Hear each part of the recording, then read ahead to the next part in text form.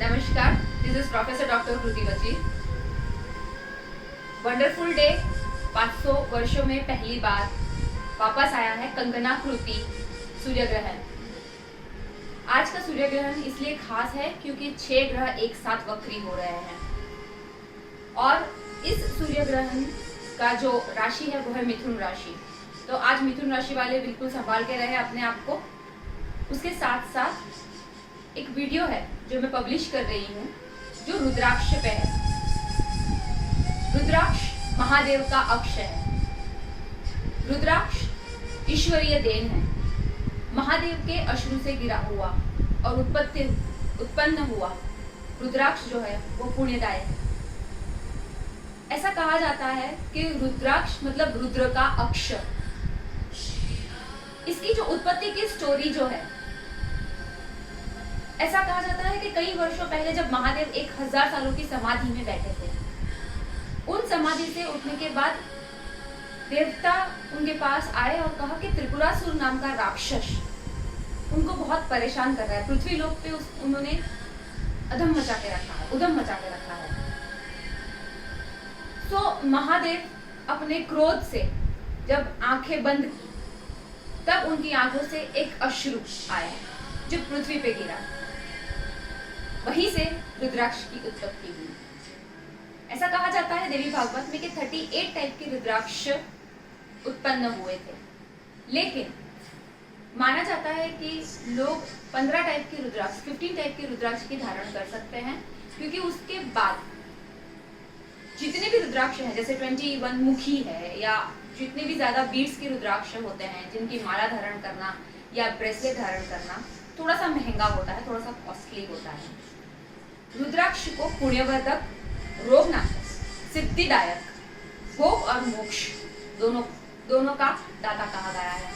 अब आप सिंपल अगर कनेक्ट करें तो क्योंकि ये रुद्र का अक्ष है, महादेव का अक्ष है, तो आप महादेव को जैसे देख सकते हैं बिल्कुल बैलेंस है। अगर वो तांडव करते हैं तो वो ध्यान में भी है, अगर वो देवताओं के हैं तो वो दानवों के भी हैं, तो वो भोग है तो वो मोक्ष भी है। तो रुद्राक्ष बहुत ही काम का है। उसके साथ साथ रुद्राक्ष 4 कलर्स में 4 अलग अलग कलर्स में पाया जाता है। एक तो है श्वेत, रक्त, व्हाइट, रेड, येलो, पीले कलर का और काले कलर का। जैसे कि बहुत पहले के समय में वर्ण व्यवस्था थी जहाँ पे ब्राह्मण, क्षत्रिय, वैश्य और शूद्र, तो ब्राह्मण, क्षत्रिय, वैश्य और शूद्र करके 4 वर्ण थे। तो उनसे ये कलर कनेक्ट किए गए हैं।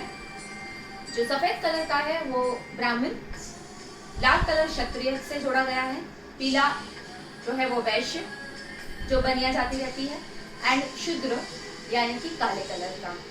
तो ये 4 कलर में रुद्राक्ष पाए जाते हैं। उसके साथ साथ जितने छोटे रुद्राक्ष होंगे उतना बेहतरीन फल है, आपको फल देते हैं वो। ओम नमः शिवाय का जाप करके अगर आप रुद्राक्ष को धारण करते हैं तो इसके बेनिफिट्स अनगिनत हैं। अनलिमिटेड बेनिफिट्स आपको मिल सकते हैं। आपकी सारी मनोकामना पूरी हो सकती है। अब काफी लोग मेरे पास आते हैं और कहते हैं मैडम हमें पता कैसे लगेगा कि रुद्राक्ष किस तरीके से पहचाना जाए। तो रुद्राक्ष में आप देखिए, ये अगर ये रुद्राक्ष है तो बीच में यहाँ पे आपको एक होल दिखेगा और उसके साथ उस होल के आजू बाजू आपको लाइंस दिखेंगी। ये जितनी भी रेखाएं हैं, ये रेखाएं दिखाएंगी कि ये कितना मुखी रुद्राक्ष है। तो आप रुद्राक्ष को पहचान सकते हैं उसके ऊपर जो लाइंस है उस हिसाब से। एक जो छिद्र है वो पावर यानी कि एनर्जी सेंटर है। ये सारी रेखाएं एक छिद्र पे इकट्ठा होंगी और वो एनर्जी सेंटर क्रिएट करेगा जो आपको पावर्स देंगे। इसको धारण करने का मतलब ये होता है कि आप एक साथ 10 गायों का दान कर। गाय का दान बहुत बड़ा पुण्य होता है। और अगर आपने एक रुद्राक्ष भी धारण किया तो 10 गायों के दान के बराबर का पुण्य आपको मिलता है। मतलब आप समझ लीजिए कि उसका महत्व कितना ऊपर है। उसके साथ साथ मैं और एक चीज जोड़ना चाहूंगी। इंडिया में, भारतवर्ष में 35 स्पीशीज है रुद्राक्ष की, पर 35 स्पीशीज अलग अलग टाइप के रुद्राक्ष हम देख सकते हैं।